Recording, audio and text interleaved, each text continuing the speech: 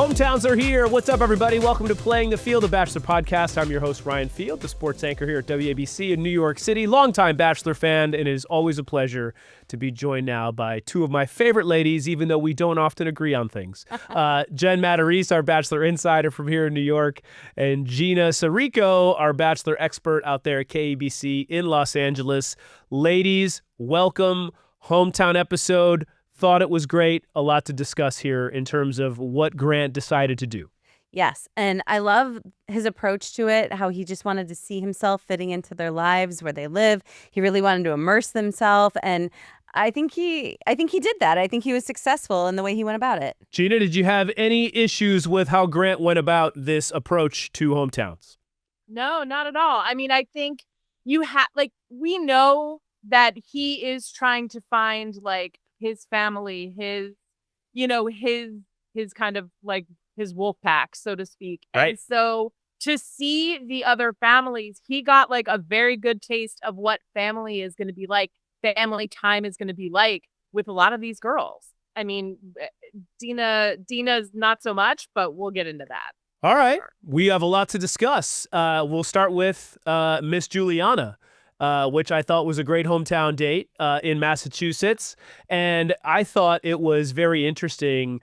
Normally when you meet someone's family for the first time, and I'm sure we've all been in that situation, there's a little bit of pressure, a little bit of, a little trepidation because you want to put your best foot forward.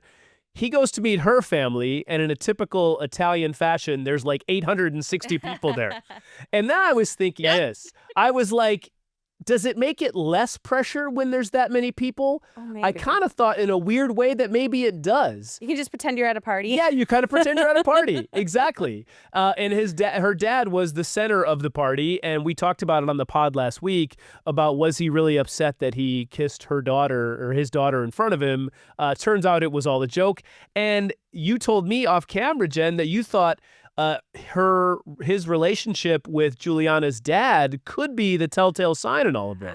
I mean, they really kicked it off, and he said how much he admired him for keeping his family together and how much he could learn from him. And then Juliana's dad said to her, "Oh gosh, I just love the guy." So it was mutual. It's a little love fest. They love each other, and I could see these guys maybe being future in-laws, together. I think they meshed well. Italian daughter here, and I'm just gonna say noted that my dad would. I mean, I was listening to her dad, and I was immediately hearing and thinking of my own dad, and how he approached. Look, no one was ever good enough. No one was ever good enough for me, which is why I'm still single. But you know what I mean. But I feel like I just felt I loved watching this date because it really was kind of like what an Italian family is like. And I think that, to your point before, is there more or less pressure? I think that when he went into it, he may have thought it was more pressure, but as he was talking to the family and her dad, and, I really do think it did kind of alleviate that pressure especially because her dad was so welcoming to him. And then even when he wasn't, they weren't speaking when he was speaking to Juliana about it. Yeah. And he touched on it in the episode. I mean, he basically felt, quote unquote, right at home with her family. And that's obviously a huge thing when you're in this kind of speed dating realm, if you will, and you're trying to differentiate to one woman from the next and you're ranking one to the next. Family bonding can certainly carry a lot of weight in that conversation. Yeah, I mean, you're not just marrying the woman; you're marrying her whole family. They're in your life now, whether you like it or not. That's part of the deal when you marry somebody. Their family goes with them usually. And he said that he's fallen in love with her, and they're falling in love with each other, and it really couldn't have gone better. It couldn't have gone better. Yeah, for sure. There was one point where Juliana was like, "Oh yeah, you're gonna meet my parents, and then you're gonna meet my aunt." And naming off the cousins and the aunts, and I just immediately was reminded of my Big Fat Greek wedding. Yes, was she was like when they were introducing great call, Anita, Diane, and Nikki. Everybody. Yes. That is very it was exactly what he was going through, and I'm like, yep. So many rom-com vibes this season. Yeah. Rom-com vibes. Well, Super rom-com We should make a vibes. list. Yeah, exactly. Which takes us to Zoe's date, and I don't know if this was a rom-com, but she didn't have a one-on-one the whole season, and then the first one-on-one time she gets with him, they're taking wedding photos, and I was thinking, holy cow! Now this is not appropriate, quote-unquote, first date behavior or first date behavior, things that you typically wouldn't see. But then I'm thinking, if I'm her, listen, I've only got maybe one more chance to be with this guy. If he doesn't see me as someone that he could be with, then let's just cut to the chase right now. Might as well. Yeah, and I think that might have been her strategy with that date. I mean, was he sweating when he was like getting down on one knee with that ring and like, you know? But I think, if he couldn't see himself doing it, he wouldn't have enjoyed it so much. And he really did seem to have a good time on that date. Yeah, and go ahead. And she got a rose. But then also, I feel like he saw Zoe in her element. Like, she was the most confident we have seen her while they were doing that photo shoot. Yeah. Because it's her element. And I think he needed to see that as well. He needed to see that side of her where it's not just like, he needed that time. We'll just leave it at that. He needed that time for sure. And I think that it helped her and it served her very well. It absolutely did. And like we said, she got a rose. And we did have a conversation with Grant, by the way. He's coming up on our podcast on Friday. So that's something that we are very excited about and excited for you to all listen to. We had a wonderful conversation, a very insightful conversation Definitely. with the Bachelor himself. That's coming up in a very special edition of Playing the Field, which comes your way on Friday. So something to look forward to. We were also looking forward to Litia's hometown date in Wyoming, which, by the way, I was having major Yellowstone vibes watching the picturesque mountains and the ranch that her family lives on. And you talk about marrying into the family. I'd be willing to make an exception just for that property that her family is on. Was like a major brownie where points. they were sitting there and I was just like, oh my God, it gave Jasper vibes from from Joey's season when it was like just the most picturesque, beautiful. Absolutely. Like so beautiful. Were you disappointed he didn't say girl? I was just about to say that. I can't believe I didn't ask him that. Girl, you look good on that horse. Litia was right there. It was right there for the taking. Maybe they edited it out. Maybe they did. I mean, I think he's just not as obsessed with that line as you are. Well, that is true. It was my favorite line from Jen's season. But, they went from the horse to the donkey back to the horse. But all that to say, no horsing around here. The religion ended up not being as much of a factor as I thought it was going to be in terms of their acceptance of him and meeting her family. I think it couldn't have gone any better. And I think, talk about trepidation and nervousness, I think going into that date, he was like, holy smokes, is the fact that I'm not Mormon, that I have tattoos, that I drink, I have piercings, is that going to, derail this thing? And it turns out it didn't. And I was very happy to see that. They said they just wanted to make sure that God was in his life, that he was comfortable with it being at the forefront of their marriage and raising children. But also, I thought it was he's been very open to the fact that he wants kids someday. Does he? And maybe even tomorrow. I don't know. But her parents really drove home the point that she's 31. She wants to start having kids right away. And I was like, oh my goodness, like I'm feeling pressure just watching this. Right? For sure. Well, I mean, Gina, if you're a woman, though, you kind of have to lay it all out there. Like we said, this is speed dating, right? So you kind of have to get in all the information that you want to get in. The parents? Yeah, like, you kind of have to put them on the spot, as much as I hate to say it. No, I agree, because you are talking about the rest of your lives and you are talking about an engagement in a marriage and family. I mean, and, he has said, he has been saying from the beginning that he wants a family and he wants that family unit. And so obviously, that is something that I'm sure is on Latia's mind and obviously her parents' mind as well. Right. So like, don't waste the time. So it's going to be interesting to see how that moves forward. Is that something that plays in later on into his decision making? We'll see. The religion stuff was so interesting to me that I think they were both a little worried about it, because the Mormon faith is so different than what, that faith that Grant has. It's just a different religion. And I think, like, I'm sure I was pleasantly surprised for them that, the father was just like, yeah, no, we like him. We would be honored, to have him in the That was family. nice. So I Yeah, it think was that's very nice. great. And the Yeah. grandfather. Oh, Can we that- talk about yes, we him? need to talk about that. That was my favorite moment of this season. Tears. I had And it tears. kind of harkened back to Chalk talking to his dad Yes. when they went Yes. in Kansas for his hometown. And, I got emotional watching that scene. I mean, grandparents get me every time. I think back to The Notebook. When that whole thing happened when they were old, and that whole scene, and There's a lot of love in their family. there's a lot of love in You know their what I mean? You family. can feel it through the screen, Yes. how much they all care about each other, how much is still there. Yes. And I think any man would be lucky to be a part of the Yeah. Litia's family. Yeah, I thought that was a very, very special moment with her and Grandpa, and one that So if you've had grandparents in your life, if you've been lucky enough to have that, you can certainly relate to that, because grandparents' love is a different kind of love than mom and dad love, and sometimes it hits even better for some reason. And I certainly Aw. related to some times with my grandparents and had a lot of reflection when she was having that conversation. He tells her, Litia, that he's falling in love with her. So that is now the second out of 3 dates that he's said that. Do you have a problem with him telling 2 women that he is falling in love with them from a female's perspective? No, not yet, because that's Bachelor lingo. Can we talk about Yeah. that? Sure, of course. Falling in love with you is not the same as I'm in love with you in Bachelor world. Got So it. if he was saying I'm in love with you, then I'd be like, ooh, Grant, you just said it Yeah. twice. That was some Ben Higgins level, stuff from the past. But no, what do you think, Gina?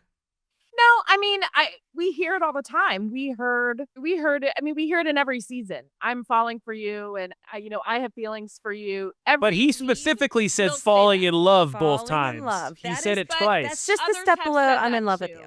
Well, I feel like others have said that what as others well. have said it. I'm not asking that question. I'm asking if you think it's So, but okay. It's not normal.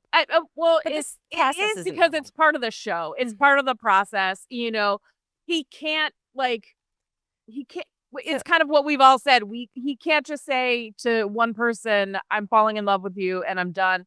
You have for the show, you have to understand that he is falling for different people. He has feelings. His heart's Compartmentalized. a bunch of at different this point. places right now. So yeah, I don't for the show purposes, no, I don't feel bad. That's If it what's was hard, me dating off camera and not in a show setting, I would have a problem. But not in this case. That's what's hard, though, because I think the leads on the show keep everything separate for each relationship as much as they can and try not maybe to compare.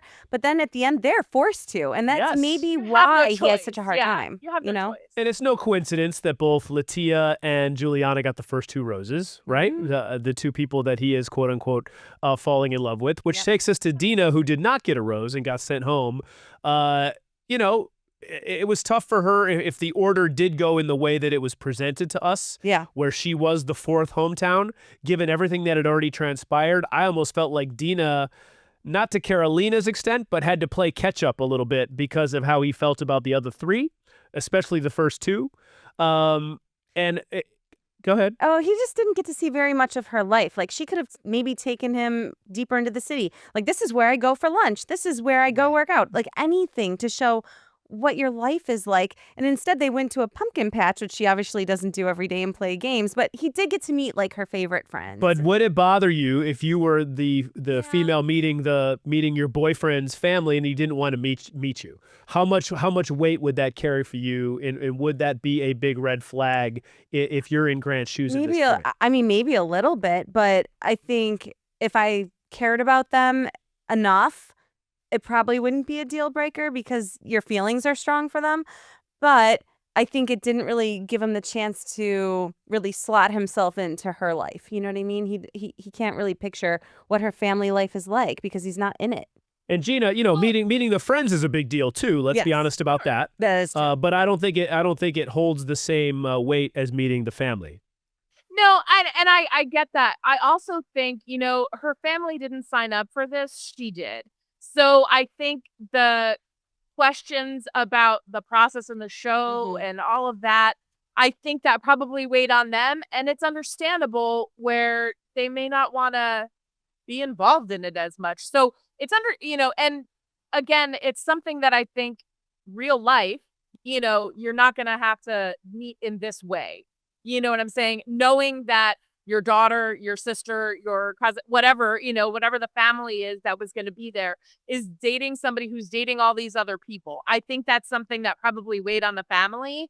And, we get it. The friends, and by the way, the girlfriends are the ones that you tell all of your, relationships. Yeah, of course. To. So They know all the dirty everything. details. And they have probably more of a discerning eye anyway.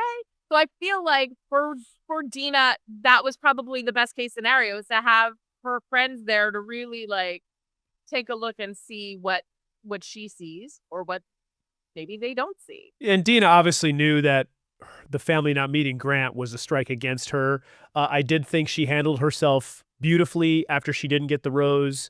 I thought she handled herself very maturely in the limousine. And she had prayed, listen, if he's for me, give me the rose. If he's not, don't give me the rose. And I thought that was the perfect approach if I'm her, in light of everything that had just happened. So he gave the 3 roses out to Litia and Juliana and Zoe. My other favorite moment of this season, he meets our pal Joey Grazadeh, who is just like a ray of sunshine. He's just the average Joe, and I love him. He's just he's the ray of sunshine, but he just always seems to hit the right notes with conversations and advice and how he handles himself.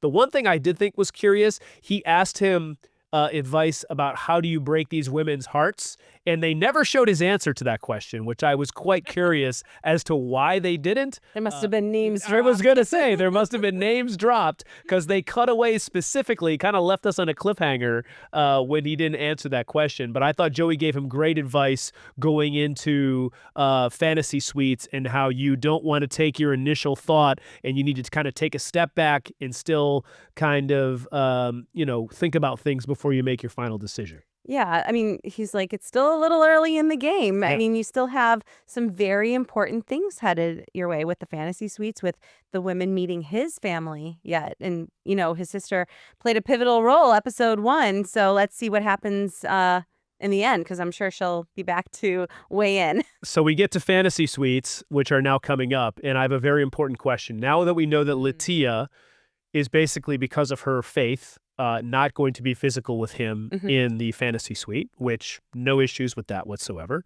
If we're fair to assume, and we're just assuming here, that the other two, Zoe and Juliana, will be physical with him in the fantasy suite overnight, let's just assume that that's the case. If you're Litia, what order do you want to go in the fantasy suites? Do you want to be first or do you want to be last if you're Litia? For me, I'm first. Whoa, in unison.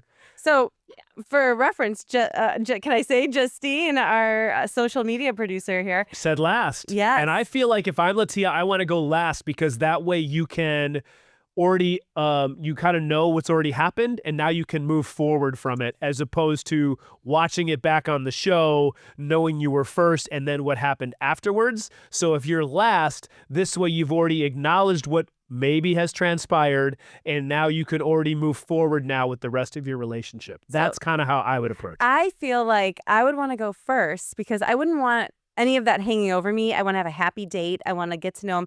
And maybe he'll be so in love with me after that date that he won't want to be physical with the other women. I'm like, I don't want to mess this up. What Jen said, all of that. I feel like, honestly, I want to basically like set the tone for the fantasy suites. You're a scene setter. You're a tone setter. Like, if you go in and you have this amazing time, he's thinking about you going into the next one. And then he's thinking about, so I feel like, I'm with Jen on this. I want to ruin his mind. Right? But then I want him to be thinking about me. Exactly. Everything we say and do. But then I think about Emily and Chad, and Emily broke up with Chad after she found out that he had slept with other women in the fantasy suites, where either he lied about it, oh my gosh, or whatever, and she ended up going on to become the Bachelorette, right? But she found out about it afterwards, and then it blew up in his face, and this whole thing happened. So I don't know. It's a tough spot to be in, and we're left to assume that, Grant's going to do the right thing, and we're all going to find out together. I will say, speaking of religion, that when they got down to the final four and he was at the rose ceremony, I thought it would have been a great moment of levity if he would have said, you know what, I've decided to convert to Mormonism, and I have accepted all four of you to be my Mormon wives. I don't think that's how Litia operates. I mean, isn't that an ABC show, The Secret Lives of Mormon Wives? It is. No. But they're not polygamous on that show, are they? No. Oh, No polygamy. What I hear, There's another show called what I Sister hear Wives. about that, it's not. It's a very exaggerated version. Yeah. Like, that's Very how it's exaggerated. Not like typical normal. I think that's So an let's just- offshoot. Yeah. Listen, that would have been a nice little moment of levity, and maybe that's where my sense of Litia humor would would have have, come in. walked out. Litia would have walked out for sure. We have women that are so about. when Ryan is the Bachelor. There we then go. we'll have this The most conversation. controversial Bachelor ever. Oh dear Lord. You know yes. what? I will give. He refuses to make any I decisions. will give my first interview to this podcast. That I can tell you. I will do you guys a Thanks, that's favor. so sweet You of can you put to me. You think can of put us me in the first. hot seat, and I Oh, will gosh. be the first one in. Listen, we've got Women Tell All coming up. And Gina, you were there for the taping. I know you can't tell us much, but give us a little bit of the tea. I will just say that there. I'm like, She was like, I was there. I was there. I watched the taping, and there's some drama, as you might figure. And But, I'm you guessing know, it involves one woman in particular. your favorite girl. Did you get her number for Ryan? I Yes, didn't. she said it's 911, which tells you all you need to know. Yes, exactly. Which tells you yes. all you need to know about that situation. Yeah. No, I can't say much. I just know that a lot of the girls are there. The ones you're gonna want to hear from are there, and it'll be. We'll have a lot to talk about. And in the trailer, they brought Rose back. You did me dirty. I can't wait to hear that again and again. Is that your ringtone? That is my ringtone, yes. For when Carolina finally calls, that's going to be the ringtone. No, Absolutely. Oh my God. Your day with her would end. Yeah. Scene. And that's the end of that. Well, listen, we got a lot to look forward to at the Women Tell All. And again, a friendly reminder, we have Grant on the podcast on Friday, a very special edition of this podcast. We look forward to you joining us for that. Thank you, as always, for being here. If you like us, like and follow. For Jen and Gina, I'm Ryan. We'll see you next week on Play in the Field.